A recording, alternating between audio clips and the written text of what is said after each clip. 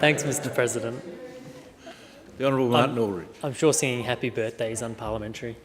Thanks, Mr. President. I rise tonight to bring to the House's attention that last Sunday was International Firefighters Day. As a former career and volunteer firefighter, I had the pleasure to attend the service in Kings Park at the Firefighters Memorial Grove, along with our Minister for Emergency Services, the Honourable Joe Francis. International Firefighters Day is held on May 4 of each year, and the history of the day dates back to 1999, when a proposal was emailed to fire agencies around the world following the loss of 5 firefighters in Linton, Victoria. On December 2, 1998, 5 crew responded on the Geelong West tanker to the fire in Linton, about 150 kilometres west of Melbourne, as I understand. Whilst leaving the fire ground in the Geelong West tanker, the crew encountered a wind change resulting in a burnover of their truck. All 5 crew perished on that day. Closer to home, the Kings Park service on Sunday was an opportunity to recognise the men and women who have lost their lives responding to fires in Western Australia. The name call included 19 firefighters from the Career Fire and Rescue Service, 7 firefighters from the Volunteer Fire and Rescue Service, and 21 firefighters in the Bushfire Service.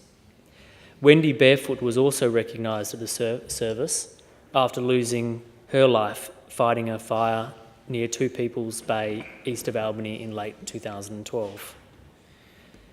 Witnessing the name call last Sunday was quite a solemn moment, especially given I'd served with a number of these firefighters in the volunteer and career services.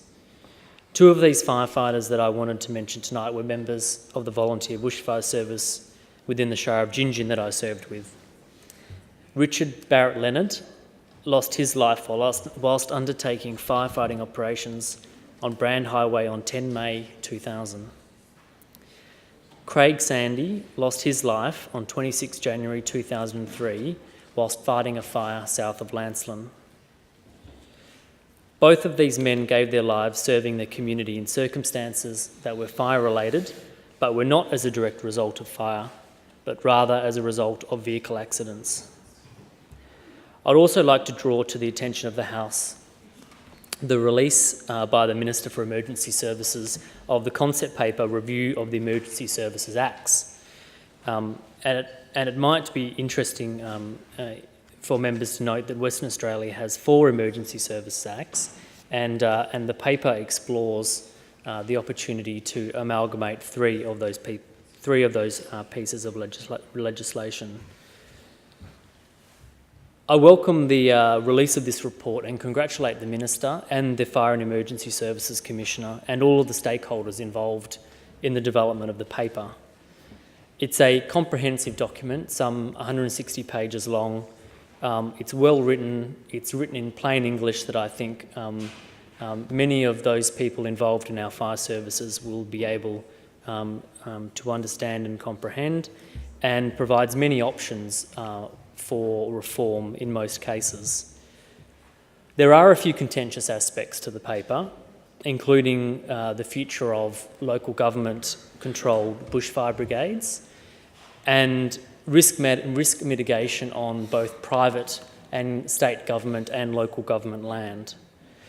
I hope that the more difficult and contentious issues outlined in the reform paper don't overshadow the really important reforms that will benefit our emergency service volunteers and ultimately our community. These include matters like improved training for volunteers, protections for volunteers from liability, improving risk mitigation, improved enforcement and penalties, amongst many other relevant matters across those 3 acts. In addition to the review of the emergency service acts, I eagerly anticipate the government's second tranche of legislative reforms to provide similar protections to fire service volunteers that we have recently afforded to career firefighters. I firmly hold the view that the government needs to move quickly on closing the gap between the protections afforded to our career personnel and those that are afforded to our volunteers. Tonight, we still have volunteer firefighters around the state responding to structure fires amongst many other hazards that they respond to, often alongside our career personnel, with vastly different levels of protection. I understand that these reforms will include addressing some of the equity issues across the volunteer services and simplifying the system of claiming in the event of injury or death of a volunteer. To finish tonight where I started, last Sunday was a day of reflection on those men and women who in the course of their duty paid the ultimate price.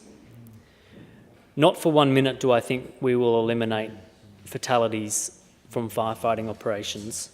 However, we have an obligation to do what we can to reduce risk to our career and volunteer firefighters and provide a good service to the community in a time of need. Thank you, Mr. President.